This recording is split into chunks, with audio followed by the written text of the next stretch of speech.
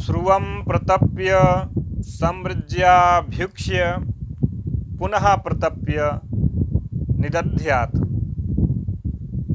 अब देखिए, अत्वा प्रत्यय धातु से होता है क्रिया के प्रारंभ करने के संदर्भ में, और उसी अत्वा प्रत्यय के स्थान पर लिप प्रत्यय होता है। ये तब होता है जब क्रिया के साथ कोई न कोई उपसर्ग लग जाए।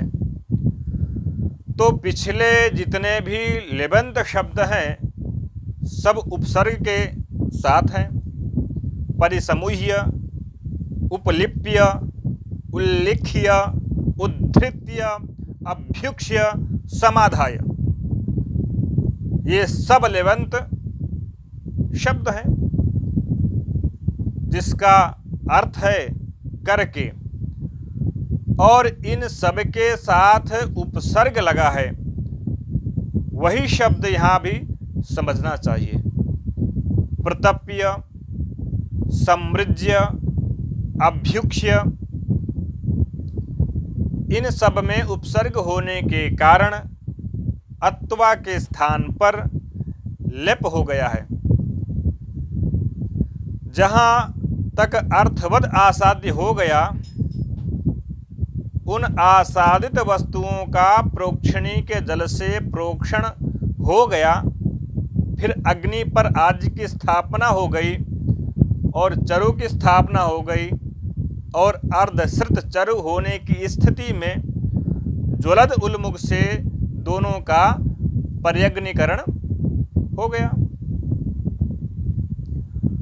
तो जो होम विधि है, होम के संदर्भ में ये क्रियाएं अनिवार्य हैं। इसको लोक भाषा में कुशकंडिका कहते हैं, और श्रौत विधान में होम विधि कहते हैं। यही यजति और जुहोति का भेद है। यजति का संदर्भ श्रौत में होता है और जुहोति का संदर्भ स्मार्त में होता है। तो ये आया है श्रुति से ही, इसलिए होम विधि को यहाँ जो है कुशकंडिका विधि से समझना चाहिए। तो पर्यग्नीकरण के अनंतर उस आसादित वस्तुओं में चरु के बाद श्रुवा रखा हुआ है। श्रु को उसी अग्नि में अधोमुख प्रदपन करेंगे। अधोमुख का मतलब जो वर्तुल के आकार खात है, उस खात माने गड्ढा, उस गड्ढा को अग्नि के तरफ मुख करके तपाएंगे। इससे भी दृष्टिकोण देखा जाए, इसमें भी दृष्टिकोण वही है।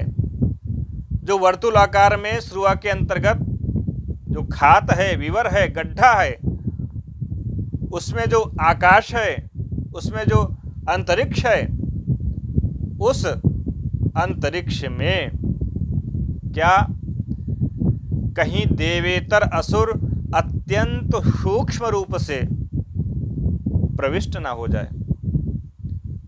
उनके नाश के लिए अग्नि का ताप वहां पहुंचना चाहिए। इसलिए अधोमुख श्रुवा का प्रतपन करेंगे। तो श्रुवम प्रतप्य, श्रुव को तपा करके, और समृज्य, समृज्य कहेंगे वहां सम्मार्जन कुशा रखा हुआ है। सम्मार्जन कुशा और उपयमन कुशा, सम्मार्जन कुशा से सम्मार्जन करेंगे। सम्मार्जन का मतलब उसको अच्छी तरह मार्जन करना, माने स्वच्छ बनाना, चमकाना। तो क्या करेंगे, यहाँ भी दृष्टि वही है, आर्ष दृष्टि, कि कहीं सूक्ष्म रूप से श्रुवा के किसी भी भाग में असुर उपस्थित न हो। इसलिए सम्मार्जन कुशा भी वज्र है। उस कुशा से श्रुवा का अंतः एवं बाह्य दोनों का सम्मार्जन करेंगे। और सम्मार्जन करने के बाद उस प्रोक्षणी के जल से उसको पुनः यहाँ प्रोक्षणी का जल नहीं रहेगा, प्रणीता का जल रहेगा। प्रणीता के जल से पुनः उसका प्रोक्षण करेंगे, अभिसिंचन करेंगे। अभिसिंचन करने के उपरांत तपाएंगे उसको अधोमुख अग्नि में और फिर उसको यजमान के दक्षिण के तरफ रख देंगे।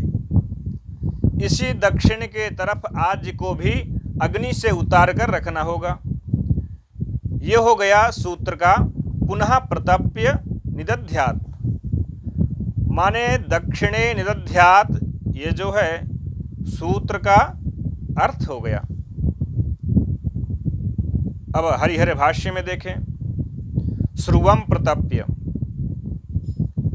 पहले दक्षिणेन हस्तेन श्रुवम आदाय, आसादित वस्तुओं के मध्य से श्रुवा को दाहिने हाथ में पहले लेंगे और उसको प्रांच अधोमुखम अग्नौ तापित्वा, प्रांचम माने अग्रभाग उसका पूरब की तरफ रहेगा और मुख जो है अधोमुख रहेगा, मुख नीचे रहेगा। नीचे जो वर्तुल आकार है, माने जो गड्ढा है, वो नीचे रहेगा। इस प्रकार पश्चिम की तरफ जो बैठा हुआ यजमान है वो श्रुवा को दाहिने हाथ में ले करके उसके अग्रभाग को पूरब की तरफ करके उसको वर्तुल आकार को नीचे की तरफ करके अग्नि में तपाएगा। तपाने के बाद उसको पुनः बाएं हाथ में रख लेगा, किसको? श्रुवा को।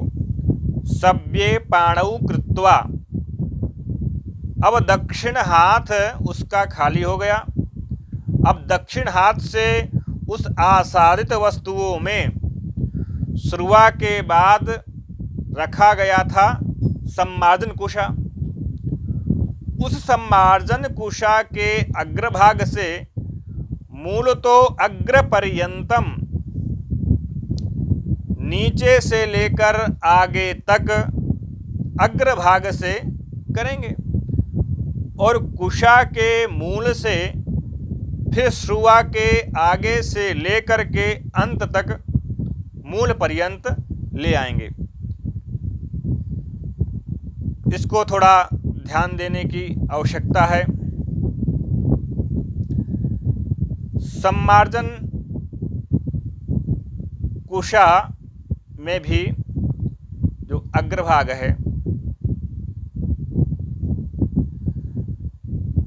और मूल भाग है, सम्मार्जन कुशा का जो आगे वाला हिस्सा है और जो नीचे वाला हिस्सा है, तो आगे वाले हिस्से से श्रुवा के मूल भाग से ऊपर से ले जाएंगे, ऊपर ले जाएंगे। जो वर्तुल आकार है उसका अग्रभाग है और जो नीचे है वह मूल है। उसको अग्रभाग से उसके मूल पर्यंत ले जाएंगे।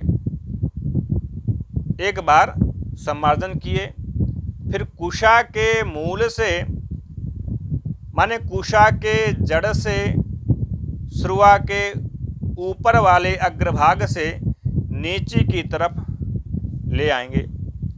मूलौ अग्रम आरभ्य, कुशा के मूल से श्रुवा के अग्रभाग का आरंभ करके अधस्ताद माने नीचे मूल पर्यंत ले आएंगे।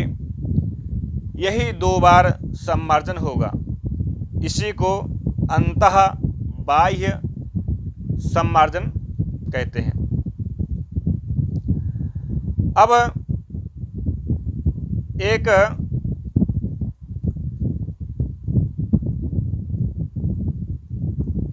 अंदर का सम्मार्जन और एक बाहर का सम्मार्जन। अंदर का सम्मार्जन नीचे से ऊपर होगा, बाहर का सम्मार्जन ऊपर से नीचे होगा। इस प्रकार कुशा के द्वारा श्रुआ का सम्मार्जन करके फिर प्रणीतोदकेन अभिषिच्य, प्रणीता के उदक से, कहीं कहीं स्मार्त में प्रोक्षणी के उदक से भी इसका सम्मार्जन करते हैं, लेकिन हरिहराचार्य लिखते हैं कि प्रणीता के उदक से करना चाहिए, क्योंकि व्यवहार में प्रणीता के जल में पवित्र नहीं है। पवित्र किसमें है? पवित्री जो दो बनाए हैं वो प्रोक्षणी के जल में है। तो गर्गाचार्य जो लिखते हैं कि प्रोक्षणी के उदक से ही अभ्युक्षण करना चाहिए, लेकिन हरिहराचार्य कहते हैं कि नहीं, प्रणीता पात्र में पवित्री को ला करके प्रणीता के उदक से ही सम्मार्जन करना चाहिए। प्रणीता के उदक से ही सम्मार्जन करना चाहिए। तो ये अंतर है। तो अंतः और बाह्य आचार्यों का जो भी मत है वो भी जानना चाहिए, क्योंकि हरिहराचार्य के बाद गदाधर हैं, उन्होंने गर्ग का उल्लेख किया है। तो इस प्रकार जो है प्रणीता के उदक से अभिषिच्य और पुनः प्रतप्य, पुनः उसको प्रतपन करके पुनः उसको अधोमुख प्रतपन करेंगे। निदध्यात् पुनः प्रतप्य दक्षिण तो निदध्यात्, दक्षिण की दिशा में उसको श्रुआ को रख देते हैं। यह सूत्रार्थ है ये।